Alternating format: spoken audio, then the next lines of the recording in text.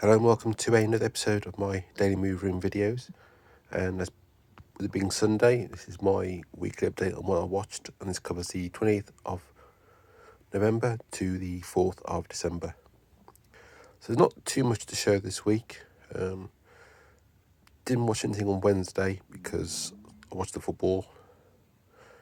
And then Friday I was just tired and didn't watch anything. So it's 2 days I didn't watch anything. And I've basically watched most of my DVD singles, if not all of them. I might have 1 or 2 left. So I've been watching things that are a bit longer. So starting last Sunday, I watched Steptoe and Son again. This is part of that British comedy box set from Imprint. I'd already watched Steptoe and Son, so I thought I'll watch the other one. Never seen this one. Feels a bit different to the first film. Didn't do as well. I think there was plans to make a third one, but they never did, so they just made these 2.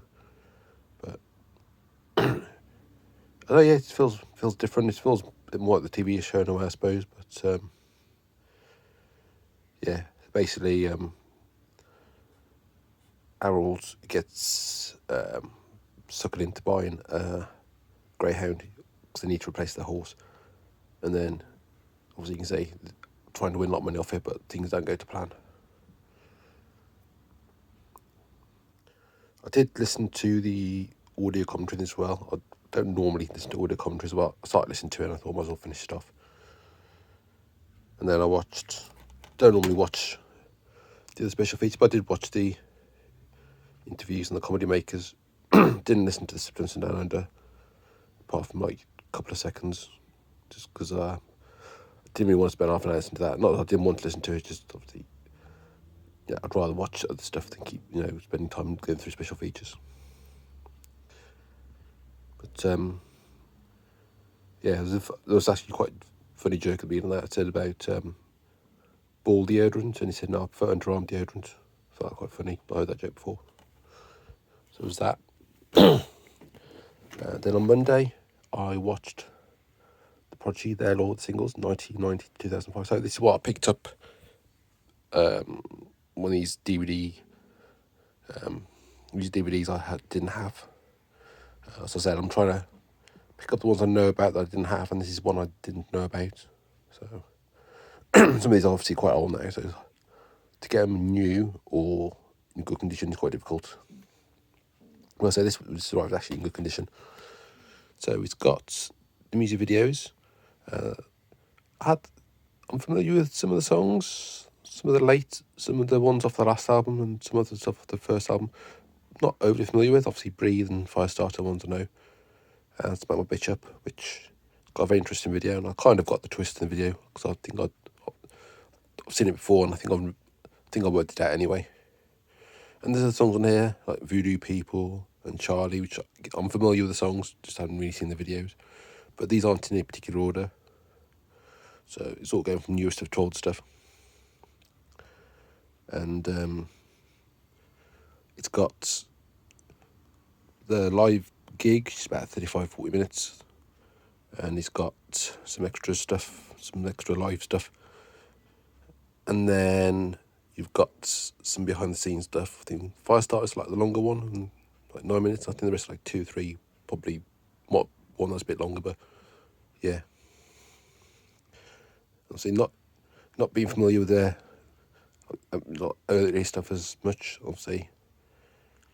Interesting to see what Keith Flint's involvement was, because I almost thought he was someone who joined the band later, but obviously he's been in them since the beginning, and I don't know what his necessary involvement was at the beginning, but he ended up doing more vocal stuff, on Breathe and Firestarter. But some of the live stuff, he's for the early stuff, he's not singing, so basically he's either does some dancing or he's off stage for a bit. So obviously does more than Bez does, because Bez only really stood there Happy Mondays and shook the maracas and danced. But then trying to think what was the next one. This was Tuesday. This is Are You Being Served? So this was made in between two of the series. Normally these films, they make them at the end, once the series is finished. Sometimes obviously make them during the series. This one kind of fits in with it. So you've got basically the stores being redecorated, and then to get them all to be off at the same time, they get like reduced holidays. So they got this where called Costa Blanca, obviously the fake holiday place name like they've used in the Carrion Abroad films, in Spain. It always seems to be Spain. They obviously other members of staff apparently go off to other places, but real places, but obviously this is a fake place, although it's not actually filmed in Spain. I think they filmed some stuff at, I think it was Heathrow or Gatwick on a test plane, but basically it was all filmed at I think it was Elstree Studios or Boreham Wood. So basically in a studio. So none of it is filmed over in Spain, and a lot of it was filmed in a studio. But yeah, basically they're over there, and it all seems to be like these films they go abroad somewhere for some reason. I don't know why. Obviously in the first episode they went away, although that wasn't the main part of the plot. It was just obviously part of his honeymoon. But they always seem to go to Spain for some reason. But this sort of fit in. They do apparently. I haven't watched a lot of the episodes for ages, and I hadn't seen this film until this point. But or if I did, it was a long time ago. I can't remember. They do apparently the reference in the TV series about this anyway. So I did watch the Dutch television sketch. Well, there's no subtitles, and it's a bit weird. Not sure what's going on with that one. And I watched the other two things. I think actually I listened to the audio commentary in this as well. I think I didn't watch anything Wednesday, but I think I just Wednesday to finish this commentary off. But I can't remember if I listened to the audio interview. Probably didn't. Again, might be like half an hour or something. So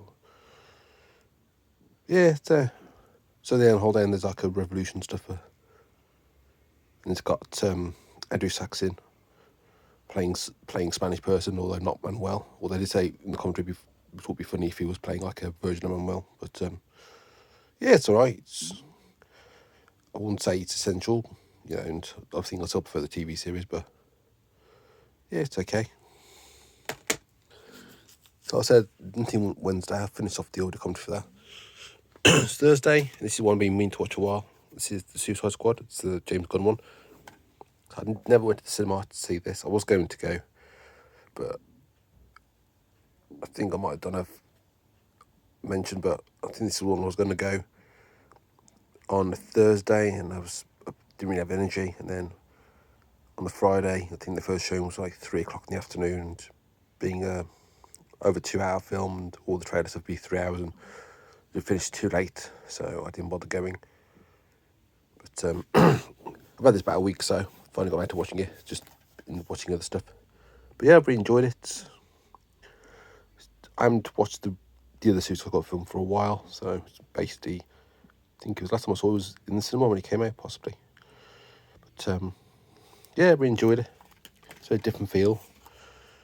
I won't spoil it, but I've said at the beginning you're introduced to a Suicide Squad, but may or may not be the ones that you see during the film. But yeah, so basically trying to get in this island. This is a tower thing they're using to. They got this thing in there, and obviously they're being sent there to destroy it. But then it kind of the last half hour sort of changes, and you see them. You see more of Star of the Conqueror. But yeah, it's the same sort of story. I mean, obviously it follows the comic. So anyway, where you got they've got those little microchips in their head or their neck, wherever it is. And if they don't do what they say, they basically get killed remotely, just basically get their head blown off. But yeah, it's got John Cena in. I was never sort of biggest fan of John Cena. Obviously made a lot of those sort of crappy films like through WWE and stuff, things like that. But it was in Daddy's Home 2 and a few other things, so kind of sort of warming to him. I think he does well in this, and he's in a spin-off There's like a spin-off series for this, so you thought basically no, he doesn't die because this is a TV series based on him. But trying to think which character he plays. I think it's Peacemaker. And Idris Elba's character, his helmet looks a bit like Venom's face, well to me anyway. But yeah, I didn't watch any of the special features because I watched the 4K, and 4K only had the commentary on, so I didn't watch any of the other stuff. But yeah, I can't remember which that was Warner Brothers Steelbook or HMV Steelbook, because I've got both. But yeah, and then Friday I didn't watch anything. I was just tired, and so Saturday I just basically tried to clear off some of these DVD singles I've got, and so I don't think which. Yes, the first one I watched was Mark Joseph. Just wanted to hang around for a little bit, bringing back those memories. I think he did one album. I did look on his Wikipedia page and I couldn't find anything on there, so I don't know if he's done anything. I'm not really. He's done bits of stuff, but I don't know. He's not releasing any music for a while anyway. But yeah, not a huge fan. I think I might probably enjoy the song more when it came out, but you're not a huge fan of this song. I know there's another song, I can't think of the title of it, which I think I preferred more, but again, I haven't heard that for a while either. But you got the video, making of video, which is in 9 minutes, and you got demo, which is, from what I can see, it's not really much different to the normal track. Then you got Photo Gallery, again, the usual 5 or 6 repeated images, playing to the music, and then the biography,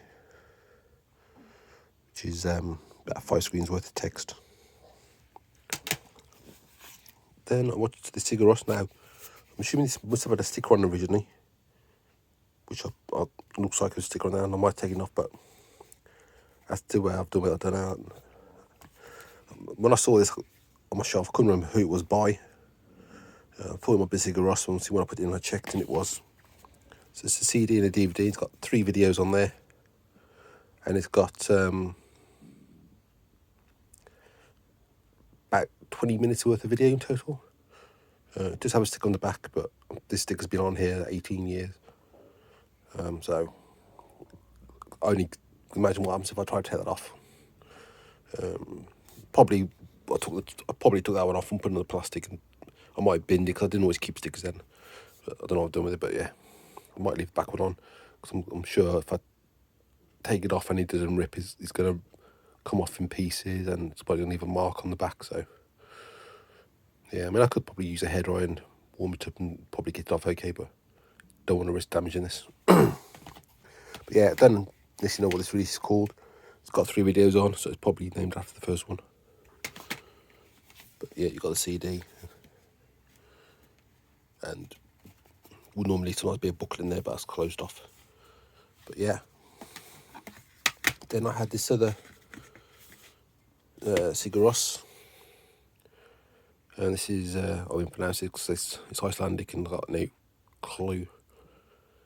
But I think probably a song that probably most people are familiar with by them is Hoppy Polar. But yeah, I'm assuming this was a single. I can't remember now, or an EP or whatever it was. But yeah, it does remind me I need to start listening to Sigur Rós, because I used to haven't listened to them properly for ages, and I do really like their music. And I think they're still going. I think they release other stuff I've not caught up on, and I think they've been around quite a few years. Probably some early stuff I'm not familiar with, but again, you got CD and DVD, same sort of packaging. We'll see this one. This sticker is on the back. Doesn't say please remove this sticker on this one, but the sticker's on the front, so I can only assume that had a sticker on, but I don't know what it said, so I'm just assuming, because that was the first track on there. The first track on the other one is the name of the thing, but there's nothing on the spine of these to tell me. And then the last thing, so I'd already seen this because this one already had a UK release through Medium Rare, I think it was, possibly, or something. It's his Dad's Army. So I did watch the Frank Williams interviews, about 25 minutes to half an hour. I think him and Ian Landers, I think they're the only 2 surviving cast members. Ian Landers is about 75 now. He He played Pike, and then Pharrell Williams played the Reverend. He's 90. You know, he still good memory. You're talking about, you know, films made and all of them just behind it. So, you know, I think it was worth watching. That was. I didn't watch the Woman on Screen, but I did watch about 30 seconds. But I thought I can't really bother watching that. It's an interview that I watched or listened to the Arthur Lowe radio interview extract. Although it was painful attention, but that's only like 3.5 minutes. That's from a Gloria Hunniford thing back in 90, obviously 90, but this thing that ran for a few years on Channel 5. So it's ping from that. So I did watch that. It was like 15 odd minutes. These two breast safety films I watched as well. That's about 30 seconds each. Then I watched that, which is 9.5 minutes. So it's talking about, it's all, I don't know whether Pelican Crossings were new then, but they were talking about Pelican Crossings and road safety. And they're talking about that, and obviously him, Clive Dunn playing Corporal Jones, and kind of a bit of a repeat from that bit where he's on there and the green lights flashing, green man's flashing, and he said, "Don't panic" and stuff. But yeah, I think it was done for Camden Council or something. Didn't watch that gallery. It's just photos, but I suppose it's one of those before, you know, what it was like then and what's like now. Possibly, I prefer those when they're sort of someone's going round and always like a voiceover. But yeah, I think that's just photos. But and I want to finish that one off because I've watched the 2 Step Unstood and the Are You Being Served, and that's the last one in the box set. So I want to get that one finished off so I could get this update and back in the box set, and I can go downstairs then. But yeah, that's all I watched. So not a huge amount. Obviously some longer stuff, and I listened to a couple of audio commentaries. I did start listening to that one, and still in the player at the moment. But I don't know, I'm going to bother listening to the rest of it because I don't want to start getting around listening to commentaries when I'd rather be watching stuff. And this one, I say, it doesn't have a booklet like the other 3, although the UK release of this did have a booklet. But the other ones are press books. It may be there's not one for that. But yeah, well, the UK release got a booklet. I'm keeping that because it's got different special features. I think it's like a historic thing about the original Home Guard on the other one, and it's got a slipcover. So yeah, that's all I've watched. I was going to watch the Mystery Jets one, thinking, oh, it's not going to be a long thing. Then I checked the disc and the running time's like 90 minutes, and I thought, I'm not going to start watching that now. So I think I've got possibly one more DVD single left to watch. Don't know how long that is. Looks like it could be half an hour, but then I can finally get them all as updated. I've still got all the albums, DVDs to do as well, and watch those. And because a lot of those I haven't actually watched. A lot of these DVD singles I had watched years and years ago. But, you know, obviously not remembering watching them, but the ones for the albums, ones with concerts and stuff, probably haven't watched a lot of those, so there'll be new watches.